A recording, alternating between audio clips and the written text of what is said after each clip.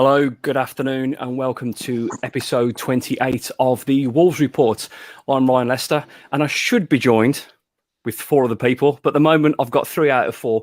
We've got a special guest who's back for his second cap of the season, BBC WM's Sports and Wolves, quite often their correspondent for most of the games. That's Mike Taylor. Good afternoon, Mike. Hello. And after serving a one-game ban, self-suspension, sulk, who knows what it was, but Eddie was gone last week. He's back this week. Welcome back to Chris Tyler and our team captain, who's always there, and he's just deleted himself. Unbelievable. Can you believe the timing? Always there. The comedy timing of that, and Knocker disappears. So there we go. We should have BBC WM Steve Herman as well. He's just texted me saying, try and connect to the Wi-Fi and 3G, but the signal is a word I can't repeat. So, gentlemen, we should have 5. We've got 3.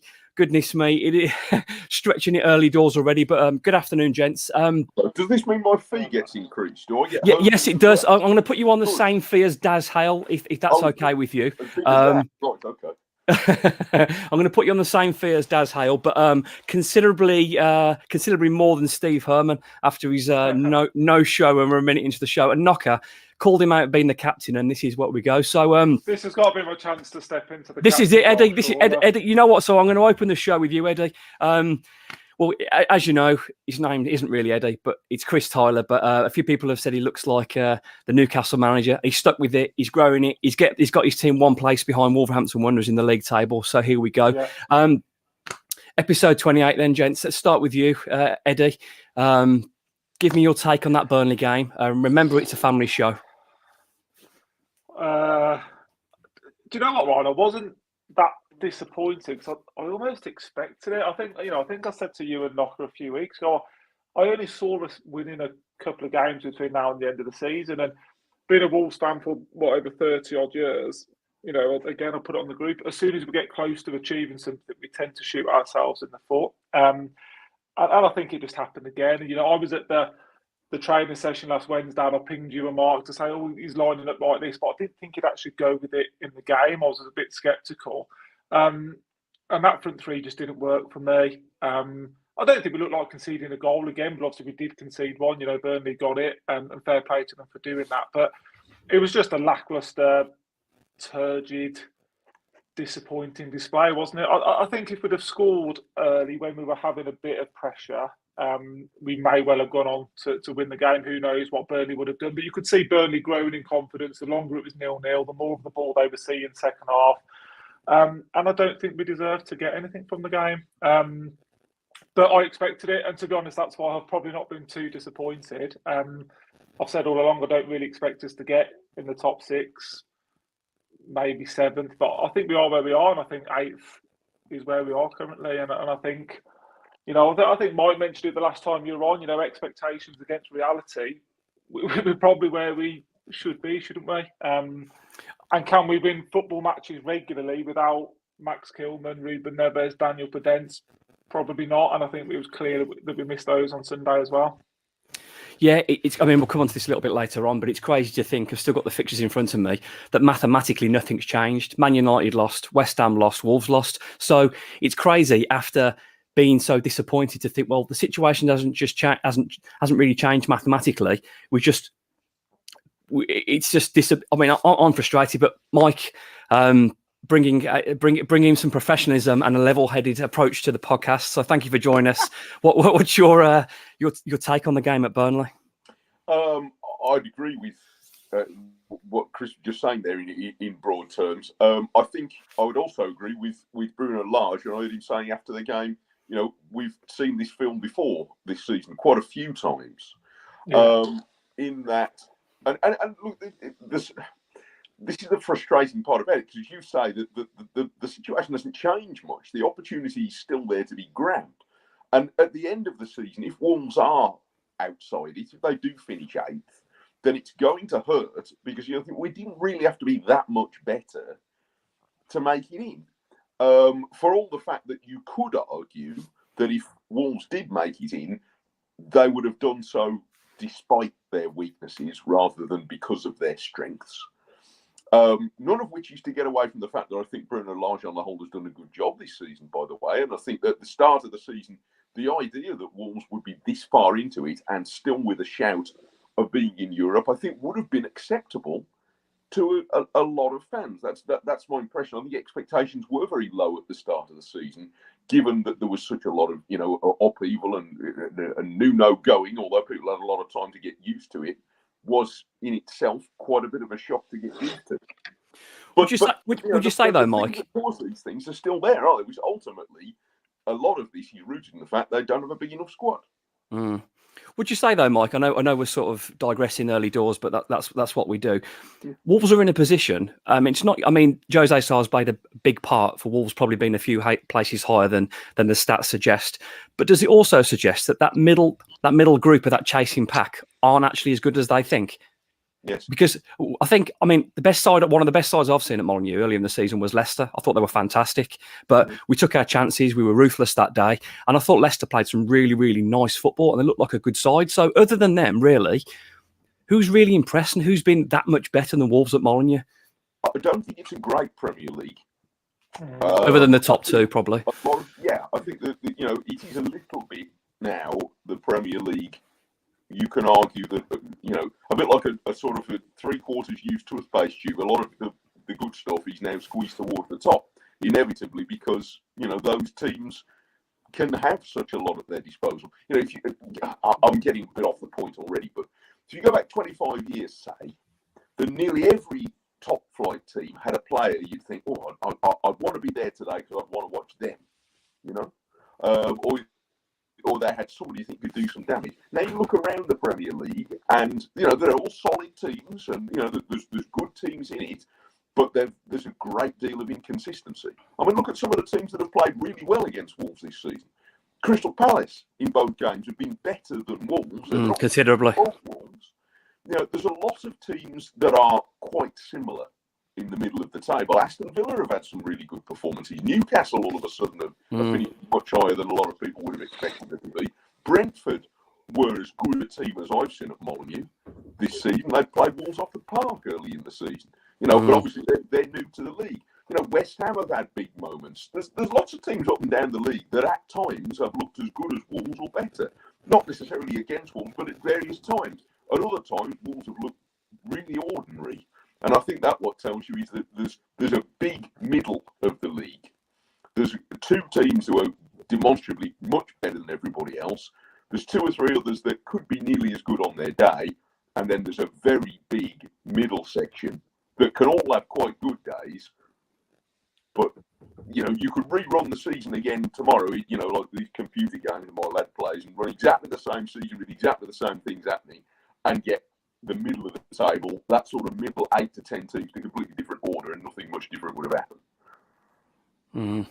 Yeah, I'm sort of. I know last week there was a very positive podcast. Everybody, we had Alex from Birmingham Live, the Wolves correspondent, and we had Ben from Mirror Football, and everyone predicted a Wolves win. But I kind of, I'm on the same sort of feeling as Chris. When although I thought Wolves would win, I wasn't overly surprised when we didn't, and it was just. It felt like it was almost predictable. Coming chances, better side, playing a little bit of better football. I mean, it wasn't difficult to improve on the Newcastle performance, but it certainly was an improvement performance-wise. And you felt if Wolves didn't score when they were on top, they would pay the price for it. And you just felt that was coming. Now, that sounds awfully predictable, but it is right. That's my point. It is predictable because we've seen it so many times. As soon as we get a window of an opportunity, we close it ourselves. There's no excuse not to go there and get a result. There's no excuse whatsoever. The 11 that was put out was good enough to get a result. But it's our own downfall, isn't it? Newcastle exactly the same. And like Mike said, the squad can't deal with those one or two injuries. But on the same point, I think I've said before, nor could the other squads in the middle of the league that we're talking about. Look how Leicester have struggled with their injuries. Newcastle start to get their players back in the team they want, and they go up the table. Apart from, it comes back to what you said, apart from the top two in Chelsea, no team can really deal with those. Arsenal have just lost 3 or 4 in a bounce because they've got injuries. Yes, they've picked up again. If Tottenham lost Kane and Son, they'd lose football matches. it's how realistic we expect to be, I think. And I think, like Mike said, if we'd have been offered 8th at the start of the season with a new manager and certainty, we'd all have taken it. We all would have done. But I get what you're saying. It's the missed opportunity that probably hurts the most, because if we beat Leeds, if we get something at Burnley and Newcastle, we're well in there, aren't we? That's what really stings, because it feels like, I mean, we haven't missed the opportunity yet. The door isn't closed. You know what I mean? It's you know what I mean? There's less time to go through it, but the door certainly isn't closed. Just on there, talking of missed opportunities, he didn't quite miss his opportunity. Better late than never. Ladies and gentlemen, BBC VUM Steve Herman, who's I don't know, are you in studio? Are you in the BBC studios now, Steve? I'm in a random office upstairs where there is 5G signal is what I'm doing, because my phone doesn't connect to the Wi-Fi. I don't want to get rid of me, Mike. Yeah, well, what I would say is that, I don't agree with all the things that you two have been saying about Steve for the first 10 minutes. I'd just like to distance myself from that. Not on. And, what about you text me, Mike, about him? Well, no, obviously that counts, but that'll come out in the legal case, clearly. But we'll worry about that. Steve, so let's get your take on the Burnley game. I think we're all roughly on the same page, but as you missed your bus and you turned up late, there can be no plagiarism because you didn't see. So, what was your take on the performance at Burnley? Yeah, I've turned up later than a Bruno Lage substitution, haven't I? Oh yes, I like it. I like it. Yes.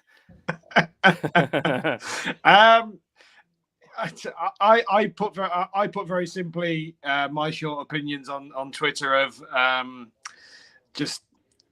pretty passing at times in the first half. It was pretty. There was some nice football played occasionally, but pretty toothless in attack was the ultimate thing. We just didn't look like scoring all day, and as soon as they got in front, there was no hope. I think you might have already quoted this out, but I'm stealing this off Daz from the football phone in. But what is it? When we've gone behind, we've only come back to win once. That was at Aston Villa in 15 games. You know what? I'll take that one. I mean, it is frustrating, and that was probably the most magical comeback we're ever going to experience watching Wolves as Wolves fans. But it is an incredibly frustrating start. It is almost like if you score first past Wolves, tuck in. And then, I mean, there's been so many good questions coming on Twitter. We'll put some up later on that I've sort of managed to take over. But they're almost play against. I know I'm not creating a Nuno and Bruno divide or argument, but one of the things we were known for previously was coming back in games. There was a real hunger and belief. It was never over. Don't write us off. 1-0 down, 2-0 down. Don't write us off, because we can still win this game of football. Even if someone equalise, we still believe we could go on and win the game. I don't feel we've got that at the moment. And not only does it not feel like it, it doesn't look like it. Go on, Mike. But I don't think that's necessarily a mentality thing. I don't think they're any less determined. I just think they're just less likely to score a goal. And it's a slightly odd thing to say, because there were long times under Nuno, particularly last season, where Wolves didn't look like scoring a goal. But I mean, you can think back to the European season, and finishing 7th that year, and the number of games you won late, because you always felt, well, they're going to have a chance somewhere. And not only are they going to have a chance, but that they'll be able to put it in. Something will happen. And you could create chaos, or you'd be reasonably expecting that Raul would put one in, or that Diogo Jota would score. At the moment, Wolves play quite a lot of good football, but they quite often don't look like scoring. It's not cutting though, is it, Mike? It's a bit passive and a bit safe, and you can play a bit of nice football in the middle third, but when it comes to, I almost think Wolves are too safe sometimes in the final third. If there's a 50-50 percentage ball to whip across the box, they would rather turn back and pass it back to the wing back and start again. But if you haven't got a reasonable expectation that you're going to end up with a goal, or you think, crikey, if we concede a goal, we really find it hard to score. Does that not? You don't even need to consciously think, I am deliberately not going to attack here. But you will, won't you? If you're look, okay, Manchester City are an exceptional case, but if you're in a game like last night, you think, well, don't worry, we'll score another one. What a game of football, though! Wow. Yeah, well, absolutely, but and all right, they're exceptional teams, but all the same, I think the point is still valid. If you were in any division, you thought, well, we can score a lot of goals. We've always got a goal in us. You're probably more inclined to take a risk. It's a sort of a self-fulfilling thing. There were a couple of moments on Sunday where, because Fabio Silva has rightly had a lot of credit recently, how he's worked for the team and his work off the ball and helping bring other players in. But it's obvious to say that the one thing they're missing from his game at the moment is that goal, and it could have come on Sunday. There was one chance that he had where he kind of like crossed it into the 6-yard box instead of going for goal. Bit of a tight angle, but I just thought be a bit more selfish. He's worked really hard for the team, and obviously he's got that work ethic, and he's improved on that, and he's brought that to the team. But all good strikers have a selfish streak in them, and I don't know if that's what's missing from him. I mean, at the moment, it's crazy to say after all the things that have been said about Fabio Silva, he's not the biggest problem in attack at the moment. Definitely not. But I just wish if he would have been a bit selfish on a couple of occasions at Burnley, maybe it could have been a bit different. Would people say you should have squared it then because you had a better option? Yeah, probably, because that's the nature of Twitter, social media, and you're absolutely right. But I don't know. I just wish, go for goal, mate. And there was another moment where Fabio and Raul got in each other's way as well. I mean, why did Hwang ran across him? Just to bring a quick comment in. Just saying, good afternoon, lads. Swapped squads again, and the All Stars for see this week. He's obviously talking about you three and not me because I was here last week. So, good afternoon, Hungry Like the Wolf. We're joined by BBCWM's Mike Taylor, Steve Herman. We should have had Mark Knock, but I think he sulked because I called him the captain, and obviously Tyler's back from his 1-game ban. So I hope you're enjoying the Wolves report so far this week. What positives can we take from the Burnley game? Are there any positives? I mean, as I mentioned before, it wasn't difficult to improve on the performance from Newcastle because that was pretty much inept throughout. I mean, I know you're Mr. Pessimism himself, Tyler, but is there anything we can any positives at all we can grab from that game? No. Get my money's worth today. Not from me. I think there's more questions than answers at the moment, isn't there? There's a lot of. I was just thinking, for any other team that would be 8th in the Premier League, would supporters and journalists be coming on and saying how bad everything is? And Mike's obviously more neutral than us, and I think sometimes that's a good place to be because we're sat here moaning about everything, and we're 8th in the most competitive, challenging league in the world with a small squad with injuries.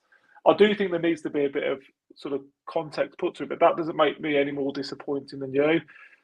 Any positives? I can't really think of any. No, to be honest. I'm going to give you a looking positive. Pretty solid. It's probably the only one, maybe for me. Well, but yeah, my glass is probably half empty anyway. But my positive would be that although it's very unlikely, and the last 2 performances, I've not given much hope. The door isn't closed yet. The opportunity is still there. Yes, we're going to need some. For me. You think so? Well, yeah. Well, for me, it is. I don't see how we finish above where we are now. And I think, if anything, we might finish a couple of places below it. Steve Herman, now's your time to shine, mate. Give me some hope. Give us some hope. I think the only hope that you can have at this stage is that Wolves are exactly where they were before the weekend. It's nothing much has really changed. Yes, that comes with a tinge of frustration of what could have been, but there's no point. There's never any point looking back going, oh, we could have won that, we could have done this, we could have got a point there, because we didn't. So, we're still in exactly the same position. West Ham clearly are concentrating on the Europa League, and why wouldn't they? So, and why wouldn't they? Manchester United are still a bit all over the shop, and obviously they've got the certainty of that a manager is coming in now, and they might want to impress him, but still a bit all over the shop. I think that there are other distractions for the teams that Wolves are competing with, so they've got to take advantage of that. But yeah, I'm also on that side of, I don't know. It does feel a bit glass half empty after Burnley. Just thinking, are Wolves going to miss out on that opportunity again? Because that's what's happened before. But the one thing as well we always say is, this is the opportunity to do it because this team has struggled this season. This team has lost points this season. That was said 2 seasons ago as well, and it's happened again. So no, I can't. But anyway. And we welcome back to the pack, Nocky. Nocky, can you hear us? It's not a seance. Can you hear us? He's gone again. There we go. Unbelievable. So we tried again. Comedy show from Knocker. Got a question here for you, Mike, from Hungry Like the Wolf. Bruno showed frustration after Burnley, saying we have seen that performance too much. Is his mood and optimism visibly dented in the pressers that Mike attends, or is he still keen as ever? Sometimes I do think he's. I mean, look, and I put a great big caveat on what I'm about to say. In that, I've been interviewing football managers for 25 years, and I never feel that in interviews you really get the real thing. More so with some than others, not because they're necessarily trying to hide how they are. Or give you an artificial thing. It's just that it's an artificial situation. It's not a normal situation being interviewed, especially with all the attention around the Premier League. So, look, I do think that Bruno Lage is a very positive person. By and large, in his pre-match press conferences, he comes bouncing in and chats away, and he's in very, very good form. After the games, I think he's just as genuinely as frustrated as everybody else. I get the impression he feels it like a fan more than a lot of managers do these days, or at least do allow themselves to come across as doing so. I think he comes across, very authentic in that point of view. At least in his public persona, which I think that's to his credit, and I think that's one of the reasons why fans have taken to him. But I do think that maybe to some extent he and Wolves fans will be in a slightly odd situation. This is going to sound a bit deep, but bear with me. If you were finishing 11th or 12th, then I think probably people would be a bit more positive and say, well, look, things could have gone wrong this season. We actually know, we got a small squad and we had this injury and that injury and we didn't know about Raul and how he was going to be, and we're going to be perfectly safe. That's fine. The reason it hurts is because you think, well, we only need to play a little bit better on occasions and we could be 6th. Yeah, that's it's that what's that phrase, isn't it? About it's not the despair, it's the hope. Yeah, watching Wolves, it certainly is. It is the hope. Just a quick comment from Simon Geddes. I hope I said your name right. It's not just that we're not taking our chances; we're not creating them either. Our expected goals is painfully low. Now, I'm halfway through a book reading about expected goals. It's quite an interesting. Obviously, it's not a pure science, and obviously, your previous tag was Stato Steve, so you might know more about XG than me, Steve Herman. But the league table at the end of the season is reasonably accurate in terms when it comes to XG, so which would tell us now that Wolves are massively overachieving. But as Mike said, would we feel more comfortable if we're a bit lower down now? It's the frustration now. The door keeps opening, but we don't. We keep like missing the opportunity. So yeah, I mean, unbelievable. Go on, Steve. Well, I go back to though, like you said, keep missing the opportunity, and what could have been, but again, the situation is still the same as it was because everybody is missing an opportunity to pull away. So it's still within the grasp. In terms of the stats, I never know what to make of XG. I mean, yeah, maths is never my strongest subject when you're doing all the calculations and how they work it out. But I can see there's a science to it, and yes, because they've got XT now as well, haven't they? In terms of created chances, what's our XT, Ryan? That's low as well. What happened to just watching the game with your eyes and being able to see what's going on? We should have scored then. I was that, what's wrong with that? Yeah, no, exactly. And watching the Burnley game with our eyes, like I said, pretty passing, but Wolves didn't look like they were going to score all day, and that's. There wasn't a chance and same with Newcastle. We should have scored there. We should have scored. Johnny had a half chance, didn't he? But there wasn't a gilt-edged chance in either game, and that's 2 games of football, isn't there? And like Mike said, we just don't score enough goals, do we?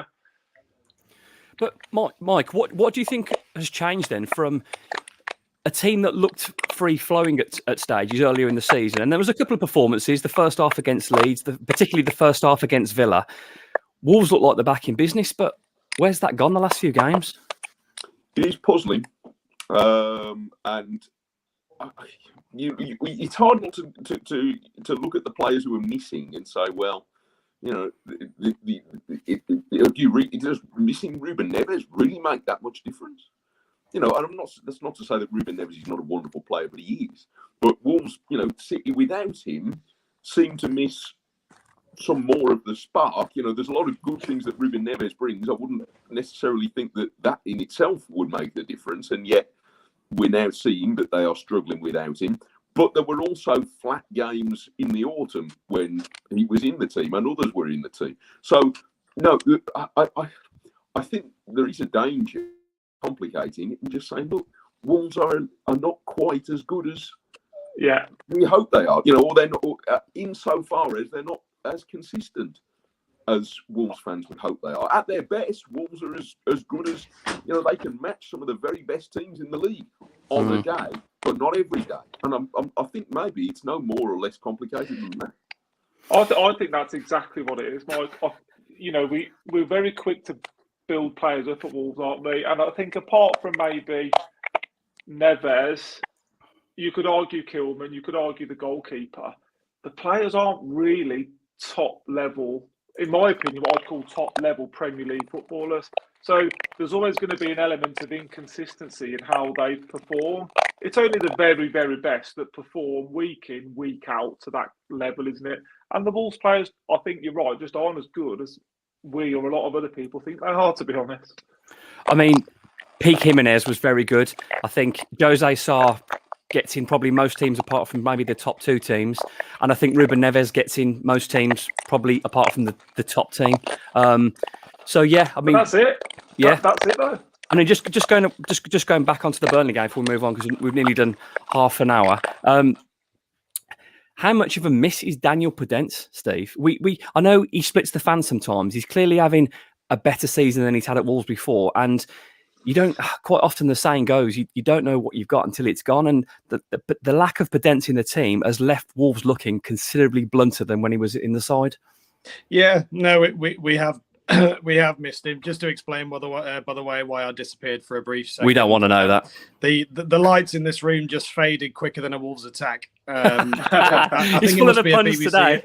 It must be a BBC Energy thing. Literally, they just started fading, so I had to go and switch the lights back on. But anyway, Podence has provided. He's probably been one of the attacking players that's provided a bit of an X factor. He's got something. He's got a trick. The Leicester game, I thought he was excellent in that. Not just the finish that he scored in that. The Leicester game at home, that is.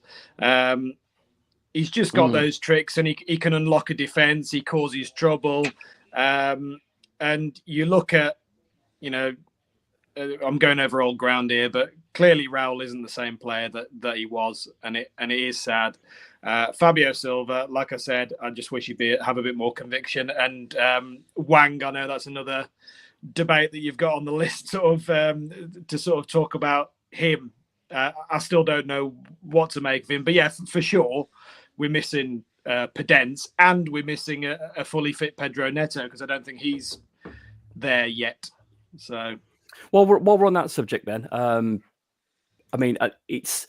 reluctant to criticise Raul, but Wayne Mackay comes in and says isn't it not obvious to everyone Jimenez is not the same footballer, and reality he'll never be the same again. Going on to that, do Wolves have a soft underbelly? But let's talk about Jimenez first. I'm reluctant to be overly harsh on criticism because of the sort of loss. You guys taking it in turns with me today, aren't you? Like one in the screen, one out the screen. I'm reluctant to be overly critical with Jimenez because that doesn't mean we have to be overkind in terms of his performances. But what the guy went through, you know what I mean? It could have been a hell of a lot worse. And the main thing is a healthy, happy human for his family again. Now, it's looking more and more likely that Jimenez isn't going to be the same Jimenez as before. But at what point do we do that? Is it the end of this season? I don't know. It's like, lads, we've brought a sub on. I've never done that before. Mike comes out, Knocky comes in. You can't. This is a shambles, Knock. It's a shambles. What's going on? Can't make that up. Tyler, it's literally me and you holding the show together. My shoulders are hurting, boys, from carrying this. Yeah, I can hear you. Oh, thank God for that. You don't want to see the state of my house now. There's stuff smashed up everywhere in here. There's bits everywhere. The lot's gone. I love that. Look at this. We've got a full team. At last, we've got 5. Let's make the most of it. I'm What sure. time do you call this? What kind of professionalism is that turning up at this time? Might just give you a dead look then, Mike. You're in big trouble, Knocker. In terms of Raul Jimenez, Ryan, it's really hard, isn't it? Because he's kind of like, someone that you love so much that, I don't know, when have we got to say goodbye? Kind of thing. You're absolutely right. I'm very reluctant. I'm not going to stick the boot in because of what he went through and the mental strength to even get back to the point that he has done. And he still has shown glimpses. That first goal back against Southampton. And what a goal, yeah. Yeah, there are still signs there, but yes, clearly he's not the same player. And Wolves, I'm not saying this is where it becomes hard. And like I said about the tough to say goodbye thing, I'm not saying replace him, but they need someone of the Raul of old to help him and Raul maybe, because let's not forget, before Raul signed for Wolves at Benfica, he was quite often a sub. It's only when he came to Wolves that his career really entered the stratosphere and banged in the goals. His record elsewhere wasn't as prolific, and like I said, he was often used as a sub. So, maybe he still has a role as that.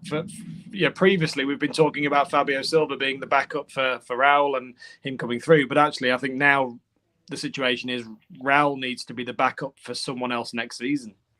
Yeah, I mean, as I think it was mentioned, John Percy mentioned in the week in an article that Wolves will be spending the summer. I mean, hopefully that's the case. But they're talking about bringing a striker in. Now, we only play one striker, and the way he was talking in terms of still keeping the back three, that would tell me then that Wolves can still only play with one striker. So if Wolves sign another one, I'm pretty sure we can't have another expensive forward and Fabio and Jimenez. For me, I think Jimenez will go MLS. I don't see Jeff sanctioning Fabio to leave on loan. That would admit defeat. I think Fabio has showed signs. So for me, unfortunately, I think it may be Raul's last season. I would like to be wrong, and I hope that's not the case. But it feels to me like Raul may leave Wolves. But thank you for your question, Wayne.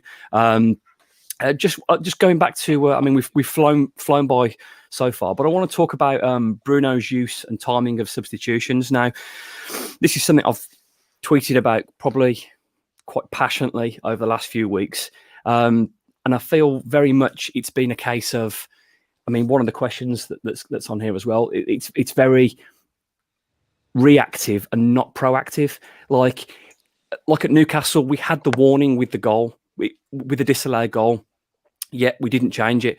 We had the chances on Sunday and we didn't make the changes, and then we conceded. So why Knocky is Bruno making the sub so late in the games? Is there any explanation behind it?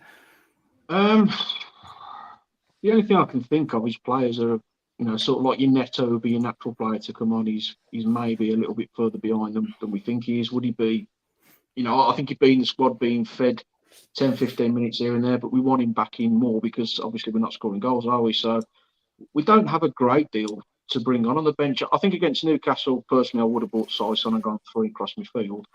But I think we're very limited in what we can actually bring on, and we haven't really got a lot on that bench that can change games around. But he's done this all season. I mean, it happened at Villa Park, didn't it? We were, he brought the subs on very late. He didn't bring Jimenez on till after the equaliser. So I think he believes in his system. He likes to stick to it. But I certainly think he needs to start being a little bit more adventurous with maybe swapping things a bit earlier. He very rarely does it at half time. It's very much when the game's basically already gone. Which he's shown the stats really. I think we've only equalised once this season, haven't we? So we don't generally change things from the bench.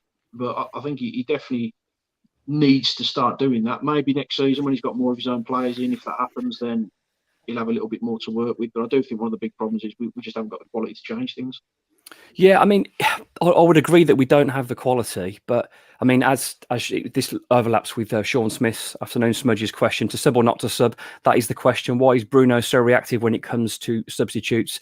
Lack of faith in the bench options, or too nervous, potentially alter? Pretty much the question says what you kind of answered there, Nocky. But who could you have brought on, really? I mean, you've got Kundal, who's not going to change you a football match. I like the kid. I think he's going to have a fantastic career, but he's not in the stage of his development that he's going to come on and change a game. Raul and Silva were on the pitch. I mean, you haven't got a lot to play with, have you, really? If Neto's not fully fit and he's not firing on all cylinders, and, you know, are we risking setting him back another 9 months for a season that's basically already over now? I don't see what you can really do to change things at the moment. And he may be making that point to Jeff that we just simply haven't got the strength in depth we need to be more competitive. Tyler, what's your take on the subs? Or the lack of? I agree with Knocker, to be honest. What's so nice? I want to know what you're looking at the window as well, mate. You've been gazing out there, and I was like, I wish I looked that relaxed. Something must be beautiful over there. Just blue sky. It's a mirror. I'm trying to get some inspiration. I broke all the mirrors in this house, so I agree with Knocker. It comes back to what Mike said at the start. The squad isn't big enough, is it? Their options aren't there. And I tongue-in-cheek texted you both a few weeks ago. Might have been the Newcastle game, saying, look at the difference in squads. Yes, our 11 might be better, but Newcastle had a bench full of fairly established Premier League footballers. We didn't have that. And that's a team that I know they've got the money now, but they've been fighting relegation all season. You look at a lot of other benches, and although there's kids making up the 7 or whatever it is now, but we haven't got that. There's no game changers there. Trincao coming on for the last 20 minutes at Turf Moor when the team's scrapping relegation. Yeah. Is that his type of game? Neto, you can just tell he's not fully ready to play. I'll sort of almost flip it over what Nocky said. Is it just time to start Neto? And I know what you're saying, Nocky, to see the season now, but he's only going to build up the fitness by playing football matches, isn't just give him an hour, because I got to be honest, it can't be any worse than Trincao or Hwang of late. Watching. Oh, like you said, the 3 strikers, if you count Hwang, whatever he is, as a striker, we're on the football pitch. There's no one to change the centre midfield. Aït-Nouri could have come on at wing back and maybe made us slightly more attacking on one side, but that's it, isn't it, really? And Burnley was so comfortable when we scored, just dropping the 2 banks of 4 in.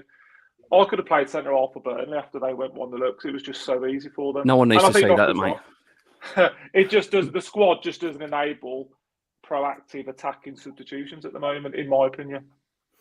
Yeah, Mike, I mean, you've been pretty much home and away with Wolves all season for WM. Is there a feel amongst the guys in the press as well that Wolves make changes too late in games, or is it pretty much what the guys have reflected, what the guys have said, and there just isn't enough quality that he trusts? That he trusts, I suspect, might be the real answer to that, and that's a very difficult one. And I wouldn't expect any manager to go too far down that road in public, especially when it's the first year of a squad that he has largely inherited, and we'll see over the course of time. I think there have been times this season and last season, actually, with Nuno as well, where it's been very obvious that they haven't felt there's been enough on the bench. I mean, on occasions they were almost down to 11 senior players on a couple of stages. So at that time, they have explicitly, both managers, I think I'm right in saying, I can remember both of them saying, look at the bench. Nuno said it 2 or 3 times last season. No offence to the kids on the bench, but they're kids on the bench. I do think, listening to carefully to what Bruno has said a number of times this season, I do think he thinks very carefully about specific plans for specific games. He said on quite a few occasions when he's been making changes to the team. For example, it was around, when he called his 4 wingers at the start of the season. He says, look, I've got 4 wingers, and it doesn't necessarily follow that I'm going to pick the same 2 for every game, even if they play well. Because in this game, I might think that Traoré suits it. In that game, I might think Trincao suits it because of something I've spotted about the opposition or whatever. So maybe it follows from that he then says, okay, well, we're up against Burnley or Newcastle, whoever it happens to be, and I reckon that, my bet is that Hwang is the best player for this situation. He's better than Trincao against this specific opposition for whatever reason it is that he's come up with, and therefore he wants to see it through. I don't know. I mean, that's a sort of a conclusion I've come to listen to the sort of things he says. But it might just be that he looks at the bench and thinks, well, who's actually going to change it? You know, and if Neto isn't fit properly, and I think you have to assume now that there is, he is further away from full fitness than we'd all hoped that he would be. Otherwise, surely he would have played more in the last 6 weeks or so. Then, that's looking at the bench on the list here that they've got at the weekend. That's the obvious one, and so you'd put him on earlier if you could. Yeah, bang on with that. I can't really disagree. I think, like you said, Mike, a lot of this again, it all goes back to frustration because we can see an opportunity that we might not have. If Villa pump a load of money in again, Leicester will improve again. So the opportunity for 6th or 7th might not be here next season, and I think that's why we're all so frustrated on this. So yeah, I want to move on, as you mentioned earlier on, Steve. I want to talk about Hwang. Now, this certainly isn't a slagging match or to criticise the guy's application. Well, we absolutely have to because we've talked about him a few times. I'm not concerned about his application. I think he's dedicated. You know what I mean? He applies himself. There's no question about that. I'm just struggling to see that Wolves are spending between 12 and 14 million pounds on a player that is nowhere near the level of that improves Wolves' best 11. So what was that? Was it a panic in January, Steve, to appease the fans because Adama was going, or have Wolves been had over and they wanted to take advantage? Because there's rumours in the press that other teams are looking at him. Did we press the button because we didn't want to lose out, or have we fallen sucker there to a few articles and jumped the gun quickly? Steve Herman. I think the deal would have been made permanent anyway. I think most of the time when Wolves have signed a player on loan with a view to a permanent move, I know it didn't happen with Vitinha, and just as a side note, we should have, because he's been lauded as the best player in Portugal this season. But with Hwang, there were glimpses when he was on loan. The goals was against Newcastle at home. Those goals, and he showed a bit of strength, and he did look like he was a good complement to Raul. My lights are going again. There you go. Stay there, Steve. I'll stay with the point. Better, In the park at the moment. Here's a close-up, Steve. The floodlights have failed, everybody. The floodlights have failed in the BBC. This has been a great show, Ryan. Do you know what it is? It's because of Mike's pay rise. You know what I mean? I was going to say that. Can't even pay the bills now. Brilliant. They must have paid him too much. Anyway, You're bringing two guys from the BBC. Oh, look at that. Anyway, just to finish, when he was on loan, can I carry on? Yeah, go on, mate. We've been asking that for years. When he was on loan, there were glimpses, but I think since it's been made permanent, unfortunately, he's faded, just like my lights. There you go. There's another joke. I'm going to switch him back on. Yeah, go on, mate. Just going to unbelievable timing. I'm going to bring in a comment here from Daddy Lester. This is my dad. Fossen have done a brilliant job at Wolves, and I, with so many others, will be forever grateful. But what happened to the 10-year plan? If so, have we moved the bar? And then if so, please just tell us. Wolves didn't miss out in Europe at Burnley. They lost it in the boardroom in January. Now, we've talked about this on the show before in terms of the opportunity probably missed in January. I mean, we keep going back to Adama, don't we? Where would we be now if Adama have stayed? Would Wolves be even one more point extra? Did they sign an adequate replacement? Because leaving January weaker than we started it. I mean, Nocky called it ages ago. I didn't believe it would happen. I didn't want it to happen. Nocky called it. You agree with him, Tyler. I didn't believe that would be the case. I thought Adama might go, but I didn't believe they'd leave us weaker. But I think you should brace yourself, mate, because I think you're going to have a repeat of that in the summer. I think we'll leave the summer window weaker than we enter it this time as well. Well, Mike Taylor, bring some common sense and hope to this subject, please. Well, I think about common sense. I mean, I would bring, it depends where you start from in this. If you look at and say, well, what progress have Wolves made over the last 2 years, then you say, well, they perhaps haven't. But if you look at over a 5 or 10 year lens, then obviously they have. And, and I do think clearly Wolves are much stronger for having Fosun there than if they weren't. Yeah. Absolutely. So that's all got to be not taken for granted. I think it's too easy to say, well, that's for granted, but we are where we are. Yeah, I think that's got to be remembered. Having said that, I do think there is now, if it's a realisation that they should have realised it earlier, but it's going to cost an awful lot of money, as well as everything going quite well, but an awful lot of money to get any further. You know, you were just saying a few minutes ago about, look, next season Villa might spend money and Newcastle spend money. They will, but don't mean they'll necessarily be any further forward than you are. We've only got to look at Everton for that, haven't we? So exactly, you can spend as much money as you want.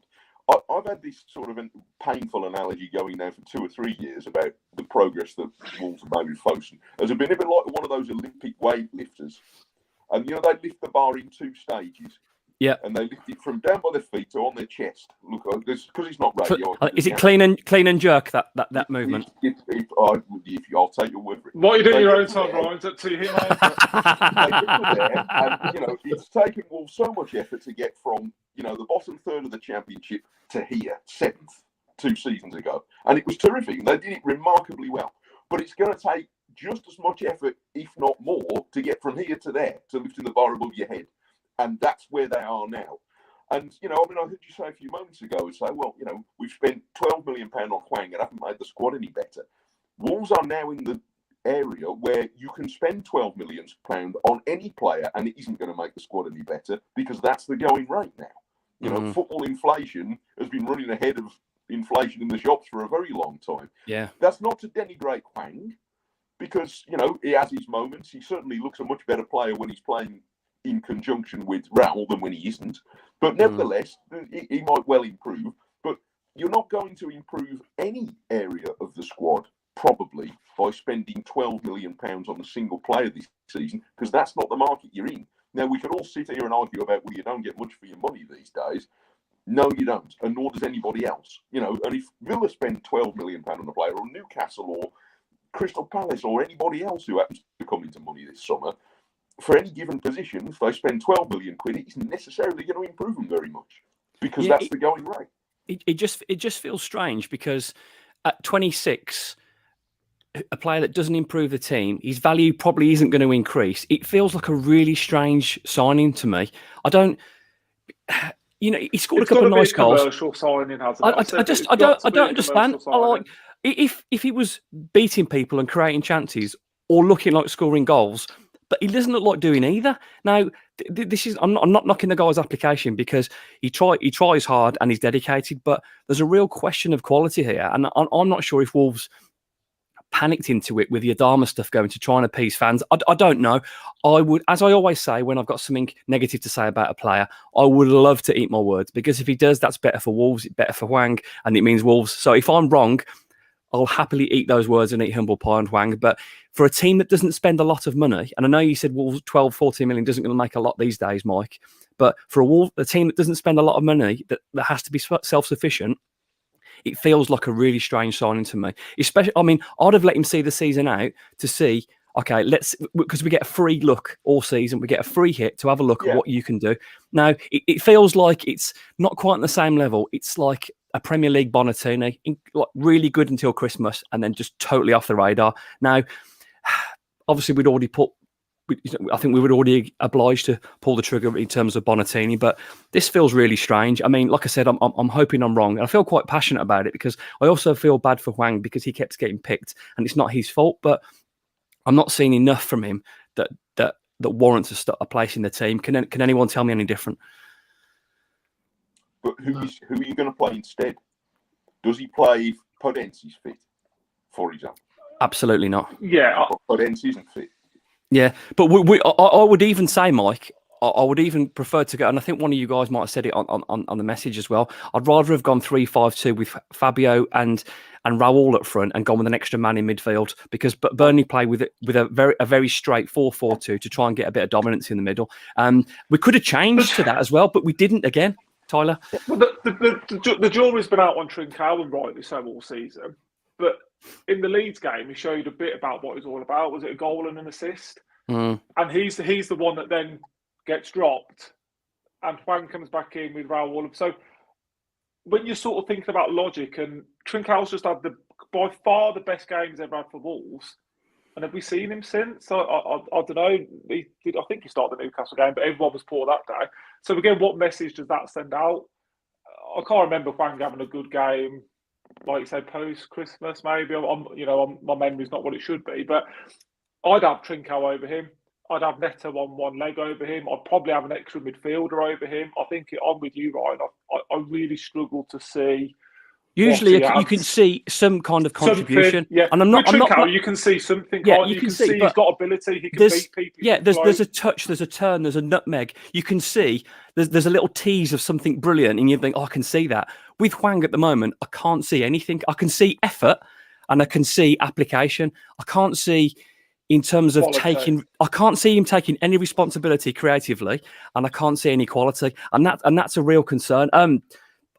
Maybe this was just me wanting to have a rant about Hwang, and no one's else get a look in. But we've done 50 minutes. We've rotated the squad throughout the show. It's probably Tyler's turn to disappear next. But I want to drop in a couple of questions as well.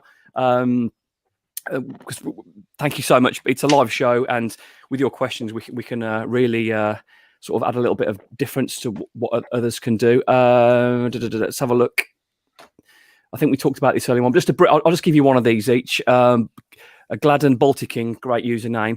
What's going on with the player mentality? Where is the fight? Nocky, you can have that one. Give me 30-second answer. I'm not sure I agree there's a lack of fight in the team. I think maybe we've been caught in a situation of thinking our attacking players are maybe slightly better than we think they are. So when we do lose a game, it's naturally, well, they're not working hard enough or they're not trying enough. I don't see any lack of application. I think we have a lack of quality. I mean, if you look at the attacking players we've got, Hwang's in the team because he scored as many as anybody else. Pedenza's got one. Neto hasn't scored yet, obvious reasons. Trincao's got one. So if you're looking at on the balance of what's available to us, you're starting your top scorer, really, aren't you? That's the way I look at it. But I don't think there's a lack of mentality. I just think we set up a certain way. When it goes wrong, we don't have the ability to change it. Good stuff. Thanks, Knocker. Next question. Matt Wolf, how can we be mentally so strong when we go ahead and so weak when we fall behind? I'm not Bruno out or anything silly, but I was firmly Ono in. Has Bruno really been an upgrade? Ooh, who wants that one? Ooh, Steve Herman's face tells me he wants that one. Thanks for that. No, you're welcome. 30 seconds on that one, Steve. I think it's really difficult to say whether it's. I mean, I'm going to sit on the fence blatantly, but because I think time will tell. I think there's still, the jury's still out in whether it's an upgrade. I don't think it's a downward step with Bruno Lage at all. I think Nuno went and the time was right for him to go. Clearly, because he went uber defensive, and certainly last season was a downgrade on the previous campaigns. Bruno Lage, I think we saw in the opening few games what he really wants to do, and then he realised with the players that he's got that he couldn't do that really attacking style, because that's what we all were told that he was when he came in. He tried it. He was clever enough and quick enough to realise this isn't going to work. Let's change things. Maybe we've just come to another point of the season where he needs to change things again. But I think one of the things that have been said from another question in the show was, is he brave enough to make those changes, and is it the right time to make such a change to the formation with just a few games to go, when what he has done so far has got Wolves into 8th place, which, despite all the frustrations, disappointments and what ifs, is still an excellent place to be. It's just that it could be better. An equally good answer as it was a question. Thanks, Steve. You've ducked and dived and sat on the fence firmly well there, but a very good answer nonetheless. Ducked and dived better than Dillian White at the weekend. Oh, what a shot that was. Andy Frost, Europe is still on. Just, can we get another win to keep it on? Mike Taylor. No. Yeah, I think so. Who shouted no? Mike's talking. You don't think that happens in this house? Yes, of course. Wolves could win any of the remaining games. There's not one of the remaining games, and I include the ones against the very big hitters, that there isn't a way that Wolves could win. And they're not very likely to beat the Liverpool or Manchester City, but it's not impossible they could on a day when everything went well. It's certainly possible they could beat Brighton. teams that they're up against, as we've already discussed, West Ham have other distractions and have lost some league form, and it's the weakest Manchester United team in 25 years, possibly longer than that. Who are very flaky, and there will be a lot of pressure on them if it gets tight with Wolves catching them and West Ham as well. It's certainly possible that Wolves could still finish as high as 6th, but at the moment it's very frustrating because they could have been there already without being that much better than they are. Yeah. Let's see if we've got what. Yeah, absolutely. I agree, Mike. And again, it comes down to it's the frustration, is it? It's that door, it's that window or door is open for the opportunity, and we just keep tripping over. So, I mean, I think Saturday, I keep saying it's last chance saloon, but if West Ham lose again and Man United lose again, then the door will still be open again, and we'll be having this conversation next week. So, yeah, it's. Yeah, I bet you said last week that Burnley was an absolute have to win, and here we are. Yeah, absolutely, I did. Absolutely, I did. I've got time for one more question. Let's have a look. Let's take one from Greg. Greg with 2 Gs. Afternoon, Greg, one of our regular contributors. Why do we appear to not take confidence? Greg, but never mind. Say again? Strictly speaking, there are 3 Gs. Yes, that's very true. That's very true. Yes. Well, thanks, Mike. Stitched up on my own show again. Unbelievable. That's a reduced fee for you this week, Mike. Always on the big books, Ryan. Unbelievable. I don't need this on my own show. I'm struggling there with long COVID and this. I'm getting a kick in from my mates. Why do we appear to not take confidence from a win and a good performance into the next game? Also, why can't we come from behind? Is it psychological now? Who's not answered one yet? Nocky or Tyler, you want one of these? Nocky can have it. Give me 30-second answer on that, Nocky. I'm still counting the G's. Is that your pay slip, mate? Get it in. That's it, mate. What are we taking? I think we set up a certain way. I think we have an ideal not to lose the game first and foremost. Because I think he thinks defensively is where our strengths lie. So when we do go a goal down, the plan sort of goes out the window a bit, and I don't think we can recover from that. And I also think the biggest problem is the bench. We can't challenge a game from a bench, and if you can't do that, then you don't give yourself a chance there. 30 seconds as well. How about that then? Right, we're at that time of the show. We're getting near the end. I would like to talk about the game against Brighton. So, for me, I mean, how are we going to? I don't even know where to start with the changes for that game. 2 games without goals. We need to break things up because we are getting. I know we keep saying it every week, but surely it's going to be the last throw of the dice soon, guys. How are we going to change the team? Has it got to be more positive? Do we believe in the old system? Or Steve, you look like you got an answer for me there, mate. I was just thinking of my score prediction is what I was thinking of. No, I'm going to do that. I'm going to do that last, mate. We've got about a minute and a half. Yeah. The problem is again, it's a thread throughout the show what we've talked about. Where's the depth to be able to make a hideous amount of changes? Is Pedro Neto ready to start? Like you said, the option is you could give him 60 minutes. I think maybe bringing him in would be a fresh bit of impetus, but only Bruno Lage and their fitness team know whether he's ready or not. So if he is ready, yes, Neto has to start.